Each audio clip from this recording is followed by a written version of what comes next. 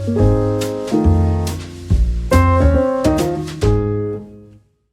guys, welcome to another video. So in today's tutorial, we're gonna introduce the Claude Code with Ollama. So Claude Code has been able to integrate with Ollama very nicely. So if you want to use Claude Code for free, then you can just use the Ollama as an endpoint. So to do that, simply configure the Claude Code with Ollama credentials. So to do that is to install Claude Code using this one-line command, and after that, make sure in the bash rc or any environment variables you configure all these following variables, which is Anthropic auth token. Make sure it's auth token, not API key. So make sure you don't use the API key, just use the auth token. Then you can put your Ollama token here. If you use Ollama.com, just grab the token from the console. If you use Ollama locally, just use Ollama.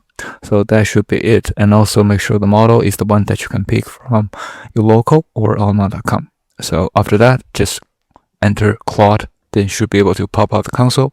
As you can see here, the model we are using is Q1 3.5 Claude. So you can pick anyone that you want, such as Minimax 2.5, Kimi K 2.5, so on and so forth. So that should be it. As you can see, everything works perfectly, and hopefully this video is helpful. If you do like it, please subscribe, like, or comment if you have any questions.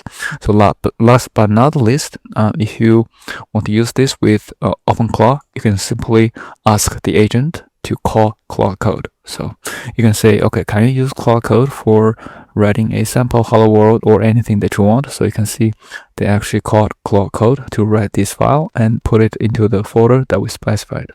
So that should be it. Thanks for watching. See you in the next one.